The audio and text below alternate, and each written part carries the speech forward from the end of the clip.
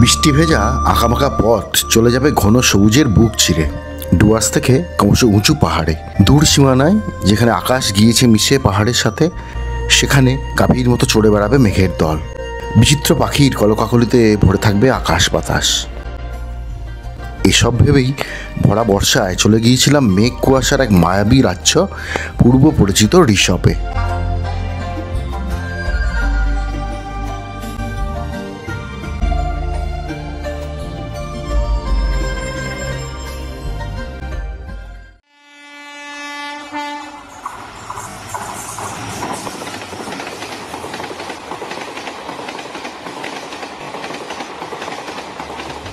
এই গল্পের শুরু শিয়ালদা থেকে কাঞ্চনকন্যা এক্সপ্রেসে ওঠা থেকে। শিলিগুড়ি জাংশন পেরোনোর পর ট্রেনের জানলা দিয়ে চোখে পড়বে অবিরত সবুজের সমাহার। সেই কালচে সবুজ চা বাগান আর মহানন্দা ওয়াইল্ড লাইফ স্যাংচুয়ারির ঘন সবুজ বনানী নিমেষে ভুলিয়ে দেবে ট্রেন যাত্রার যত ক্লান্তি। মাঝে পড়বে সেবকের তিস্তা নদী, চোখে পড়বে দূর দিগন্তে আকাশ আর পাহাড়ের কানাকানি। এভাবে কখন যে চলে আসবে নিউমাল জাংশন বুঝতেই পারবেন না।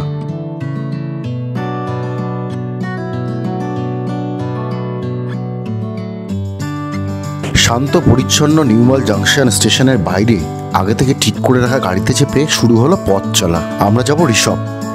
গুরুবাথান লাবা হয়ে পথের দূরত্ব 67 কিলোমিটার।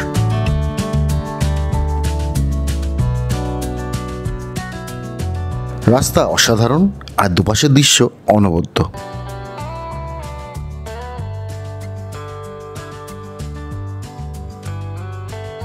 চলে এলাম পাঁপড় খেতি, ছোট্ট পাহাড়ি গ্রাম। ব্রিজের তলা দিয়ে বয়ে চলেছে চেল নদী।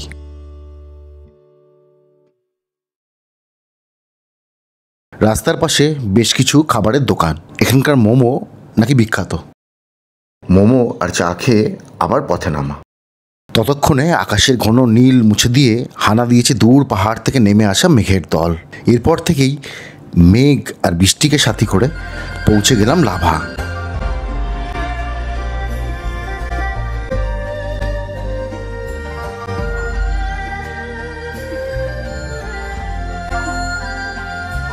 টিপ টিপ বৃষ্টি মাথায় নিয়ে দেখে নিলাম বিখ্যাত লাভা মনেস্ট্রি।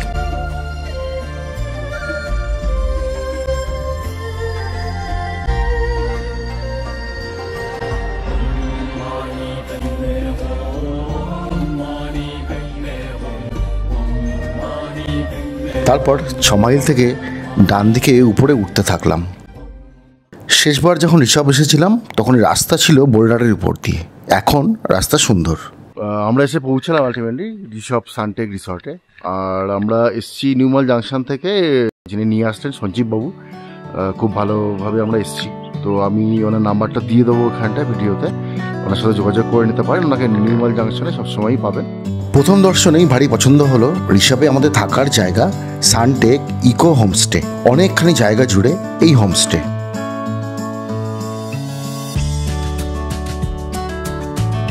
আর ঘরের আয়তনও বেশ বড় আর পরিচ্ছন্ন।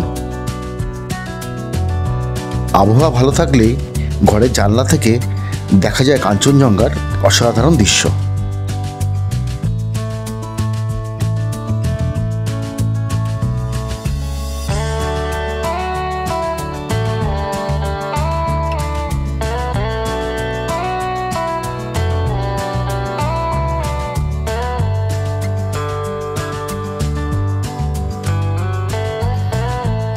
চারপাশে গাছপালা আর ফুলের বাগান।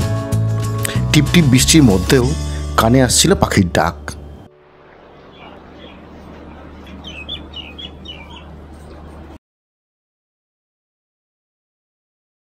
এরই মাঝে এসে গেল খাবার ডাক। গরম গরম ভাত, ডাল, আলু ভাজা, পাঁপড় ভাজা, ফুলকপি তরকারি আর ডিমের ঝোল দিয়ে দারুণভাবে দুপুরের খাওয়া সারা হলো। ঋষভ থেকে চাইলে লোলেগাঁও, কাফেরগাঁও, কালিম্পং, ঝান্ডি, কোলাখাম ইত্যাদি জায়গাগুলো দিনে দিনে ঘুরে নিতে পারেন। আর লাভা তো যাতায়াতের রাস্তাতেই পড়বে।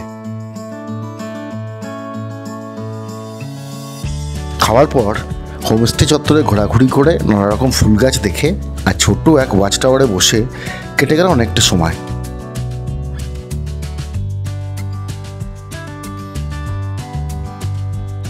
মাথার উপর মন খারাপের মেঘ আর অস্পষ্ট কুয়াশার মধ্যে না জানি কখন ফুরিয়ে গেল দিন। টিপটিপ বৃষ্টির সাথে নেমে এলো মায়াবী রাত।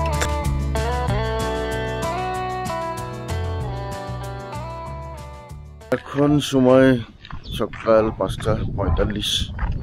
তো আমরা একটু পাখির খোঁজে বেরিয়েছি। রাস্তায় এক পাল কুকুর।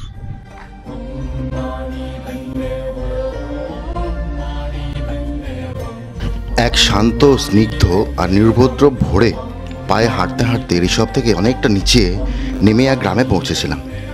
গ্রামে স্কুল, কয়েক ঘর বাসিন্দা আর কিছু হোমস্টে আছে। তারপর আবার পায়ে হেঁটে যখন আমাদের হোমস্টে পৌঁছালাম, তখন মেঘের চাদরে ঢেকে আছে চারপাশ।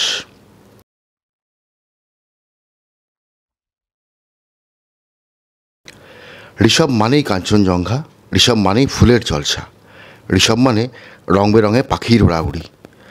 কাঞ্চনজঙ্ঘা দেখতে হলে ঋষভ আসার সেরা সময় অক্টোবর থেকে ফেব্রুয়ারি, আর ফুল আর পাখি দেখতে হলে ঋষভ আসার সেরা সময় মার্চ আর এপ্রিল। ঋষভ থেকে 6 মাইলের দিকে কিছুটা এগোলে পথে পড়বে টিফিন দাঁড়া ওঠার রাস্তা। ঋষভ পাহাড়ে সবচেয়ে উঁচু জায়গা এই টিফিন দাঁড়া।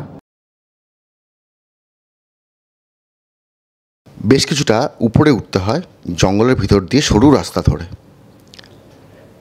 আমরা অবশ্য কিছুটা উঠে আবার ফিরে চললাম, পুরোটা ওঠা সাহস হলো না। এই সময়টা ট্যুরিস্ট সিজন নয় বলে ঋষভে পর্যটকের সংখ্যা হাতে গোনা। যদিও বর্ষার মরশুম পাহাড়ে পাখি দেখার জন্য উপযুক্ত সময় নয়, তবুও গত দুদিনে বেশ কিছু পাখি দেখেছিলাম। এবার আপনাদের দেখাই আমার তোলা কিছু পাখির ছবি।